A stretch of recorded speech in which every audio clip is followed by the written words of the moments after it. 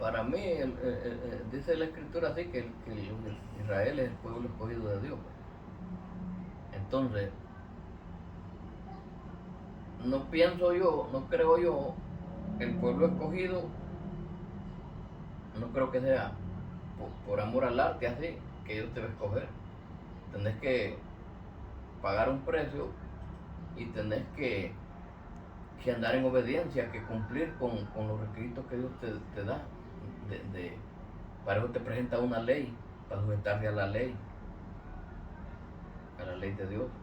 Entonces, qué bonito fuera que entonces todo el mundo, con tal sea judío, aunque sea un matador, entonces eso es escogido de Dios. Qué bonito fuera entonces. ¿eh? Eh, eh, y el servidor de Dios también, si no se somete en obediencia y es un matador, violador y hacedor de la maldad o haciendo la maldad a su prójimo, no Pero, aunque no sea judío, entonces Dios lo va a salvar. No, te dije que tú sujetas una ley, entonces tiene que ser igual para el judío. Es el pueblo escogido de Dios. Vino para hacerlo escogido, pero él no quiso ser escogido. Él rechazó la enseñanza de Dios. Y entonces por no recibir la enseñanza de Dios, por no, se convirtió que hasta lo mataron y lo crucificaron. Le hicieron que lo mataron en una cruz. Porque no aceptaron. Era escogido, sí, pero él rechazó la enseñanza de Dios. Entonces ya de ahí ya quedó fuera. Y todo aquel judío que sea obediente a la ley de Dios, claro que es escogido. Así como todo aquel que quiere servir a Dios y se sujete a la ley de Dios, es escogido. La misma obediencia lo hace ser usted escogido, que Dios lo ampare y no le diga que no. No le dice Dios, no vas a entrar en mi reino, porque lo obliga, usted obedece. ¿Ve? Eso es como que su hijo sea obediente a usted. Usted no puede, no tiene motivo cómo pelear con él, ni cómo corregirlo, ni cómo nada, porque es obediente. Así es el padre con la gente obediente, ¿ve? Sujetados a la obediencia, a la ley que Dios impone. ¿usted no considera a Israel como un pueblo o una nación un poco violenta? Porque sí se supone que es el pueblo de Dios, o los judíos el pueblo de Dios. Pero ahorita están en guerra ahora. Sí, pero dice Dios que de dónde vienen las guerras. La guerra viene de nuestra concupiscencia, de nuestra maldad. Entonces, eh, yo pienso que el pueblo escogido de Dios y una persona que está lleno de Dios no va a hacer guerra contra otro, pero como siempre hay bienes de por medio, ¿ves? Entonces el país, las potencias más grandes, te manipulan y entonces te ponen a vivir bien y, y te ponen dinero y te ponen buena comodidad, entonces pues te manipulan y vos haces lo que otro quiere, no lo que vos querés. Y todo eso toda esa guerra es por causa de la religión. Todo eso es pura religión, de que es la guerra, porque aquel dice, no, yo creo en, en una madera. El otro dice, no, la madera, esta es mi religión. El otro dice, no, yo creo en Pablo, esa es mi religión. El otro dice, yo creo en Cefas, esa es mi religión. Y entonces nadie está de acuerdo, cada uno tiene una religión diferente. Y no se ponen a pensar de que el, el, el, el mismo que impuso la ley es el Dios para todo el mundo, ¿ves? Entonces no hay religión. La religión no va a salvar a ninguna persona. La iglesia tampoco salva a ninguna persona, sino que el que sujeta a la ley de Dios, esa es la verdadera religión. Y por religiones que pelean, tienen años peleando, esos países en el Viejo Oriente, años peleando porque los países vecinos por ahí pelean contra Israel, y Israel contra ellos, porque aquel cree en una cosa, el otro cree en otra cosa, y por religiones pues hay infinidad de muertes. Entonces eso es ignorancia en la gente. Lo que te enseñó tu padre, eso viene de los antepasados de los padres. Entonces lo que te enseñó, te doctrinó así, pues como a mí me doctrinaron, soy católico y rezaba, pero cuando crecí, que busqué conocimiento, estudié las escrituras, y las escrituras me vienen diciendo cuál es la verdadera religión. La verdadera religión es el que se sujeta a la ley de Dios y a la obediencia.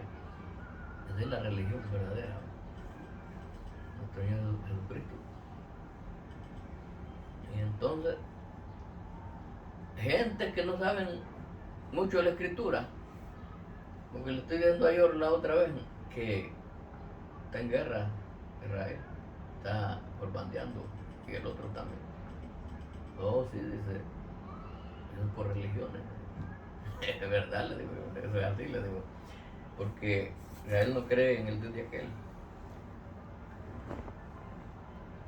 Israel no cree en el Dios de Palestina, y Palestina no cree en el Dios de Israel. O cualquier vecino que están ahí, siempre están en guerra, por años. Lo busca uno en la historia, y ahí lo ve, por años, matando y destruyendo el que menos inocente, que no ninguno está correcto. Niños que no han ni nacido. Entonces, Bombardeando uno al otro, el otro bombardeando al país. Y así es, ignorancia y cuánta mentira que hay en la persona. Ustedes son manipulados por los demás países, las demás potencias, por bienes materiales, porque te pongan a vivir bien, y por estar sentado en una silla de oro y abundante dinero, todo material. Entonces, hay tantas cosas ahí, pero para mí mi conocimiento, que no me digo una gente que el pueblo escogido de Dios, los judíos, el pueblo escogido de Dios, cuando te metes con él. Entonces hay un judío y trabajo con un judío, y es el diablo, me quiere explotar, me quiere reventar y pagarme una miseria. Entonces, ese será escogido de Dios porque es judío. No, hombre, el que es escogido de Dios no tiene maldad. Entonces, todos los judíos que se sujetan a la obediencia de Dios, ese es el pueblo escogido de Dios. El judío que se sujeta en obediencia y respeta la religión, la obediencia que Dios dice, que se sujete a los 10 mandamientos, todo aquel judío que sirva a Dios, guardando el sábado, que el sábado, observándolo, porque hay tantos judíos que sí llevan la religión bien, porque el sábado lo observan ellos, porque ese día el Señor los santificó y no trabajó. Ellos solo, se supone que debemos de solo orar y leer la escritura y hacer cosas importantes, espirituales, porque el domingo es el primer día de la semana. Entonces, hay muchos judíos, sí, y todo aquel judío que sujete a la ley de Dios es el judío escogido. Pero todo aquel que es un avaro y que es un explotador de su prójimo, no me diga usted que solo por ser judío, aunque sea un valiente, es escogido y Dios lo salva. No creo eso yo. Así es que eso es lo que yo pienso, sí. Y después pues podemos hablar de de otros temitas que la escritura especifica. Pero cada quien, hay gente que tiene, hay infinidad de opiniones, así como hay infinidad de religiones, hay infinidad de opiniones. ¿Eh? A veces yo agarro un versículo y lo pienso así, lo examino y lo estudio, que es así.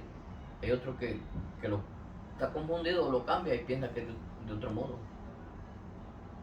Con mucha gente que hablan, hay mucha gente que hablan de, de la gracia.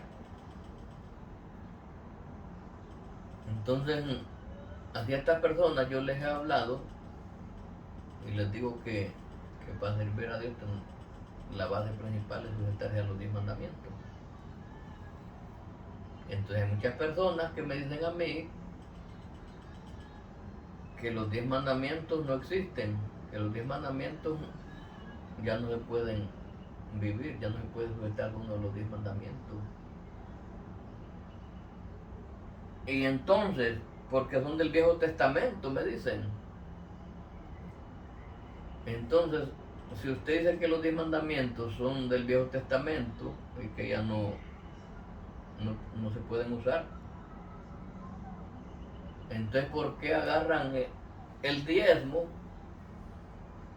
y le dan martillo y martillo y martillo, predicándoselo a la gente? Porque agarran el diezmo que es del Viejo Testamento y se lo martillan a la gente. ¿Por qué lo agarran entonces? Muy sencillo. Entonces vos rechazar los 10 mandamientos, no, que eso ya es en el tiempo de antes, es en el Viejo Testamento. Entonces ¿por qué agarrar los 10 mandamientos, el diezmo y lo martillar a tu prójimo? Porque es un comercio, ahí estás haciendo un comercio porque te conviene jalar dinero. Entonces vos ya no estás amando a tu prójimo, sino que estás amando al dinero. Estás buscando beneficio material. ¿Ves? Si los 10 mandamientos ya no tengo que yo ponerlos por obra, no observarlos, entonces tampoco debes de estar pendiente a los 10 mandamientos, a los 10. Entonces, la mayoría de la gente en esa actuación cuelan el mosquito y se tragan el camello. Entonces los 10 mandamientos ya no, era para antes. Pero los diezmos sí, son para ahora. ¿Cómo es eso? Que alguien me explique esa situación.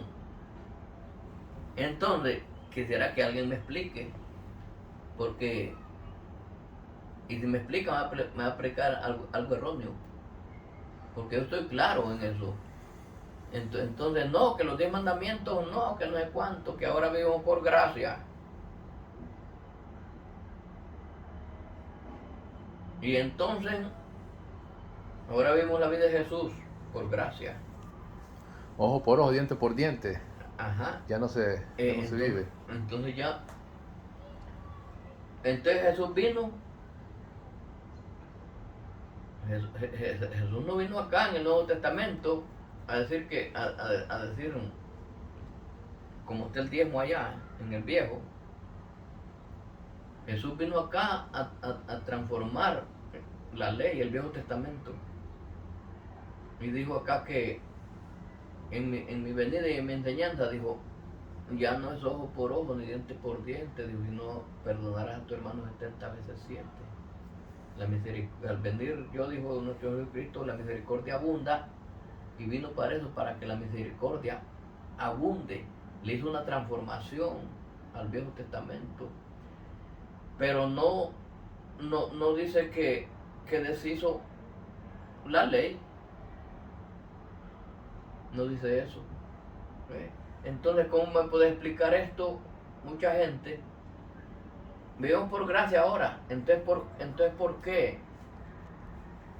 La ley la trajo el Señor nomás para hacerle una transformación, para que haya más tolerancia y haya más amor para todas las personas. Perdonarás a tu hermano 70 veces 7, dice. Tienes que tolerarlo. ¿Ves? Hay más misericordia. Para eso trajo, pero no es que deshizo la ley, ya no va a existir. ¿Ve? Entonces, por medio de la ley es que surge la gracia. La gracia de donde el Señor Jesucristo la sacaría. Entonces dice mucha gente, no, que usted está mal porque usted está en la ley. Ahora vivo por gracia. Entonces me hablas de la gracia, pero no me hablas de dónde vino la gracia. ¿Quién produjo la gracia? ¿Por qué se llama gracia? ¿Quién es la gracia? Entonces, como dice acá por Pablo, entonces porque vivo por gracia, entonces voy a pecar. No, en ninguna manera, porque vivo por gracia no quiero decir que voy a ser un más servidor de Dios. Y por eso veo a mucha gente que cometen tantos hierros, porque creen que porque vivo por gracia, vos podés hacer y deshacer. ¿Ves? Porque vivo por gracia. Ahora entiendo por qué cometen tantos hierros. Ellos piensan que porque voy por gracia puede ir a la iglesia y allá soy cristiano y acá afuera puedo ser un desastre. Porque vivo por gracia. Eso no es malo, es un pequeño. No. Entonces, porque vivo por gracia, entonces puedes pecar, dice Dios, puedes vivir en desobediencia. Dice la escritura que no es así.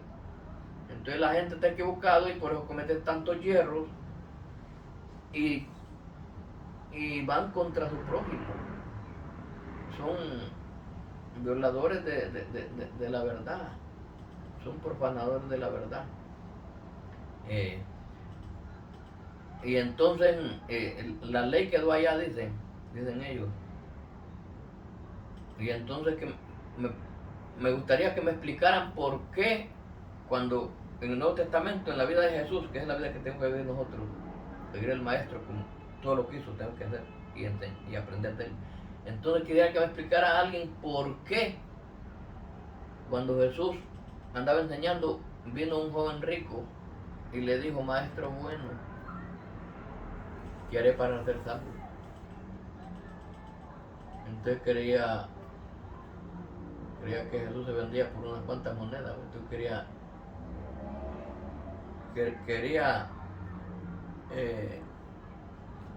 como aquellos que le llaman lavasaco, ¿ves? O aquellos que le llaman arrastrado, aquel que se doblega ante un dueño para que le pague, trabajar menos. Como manipularlo.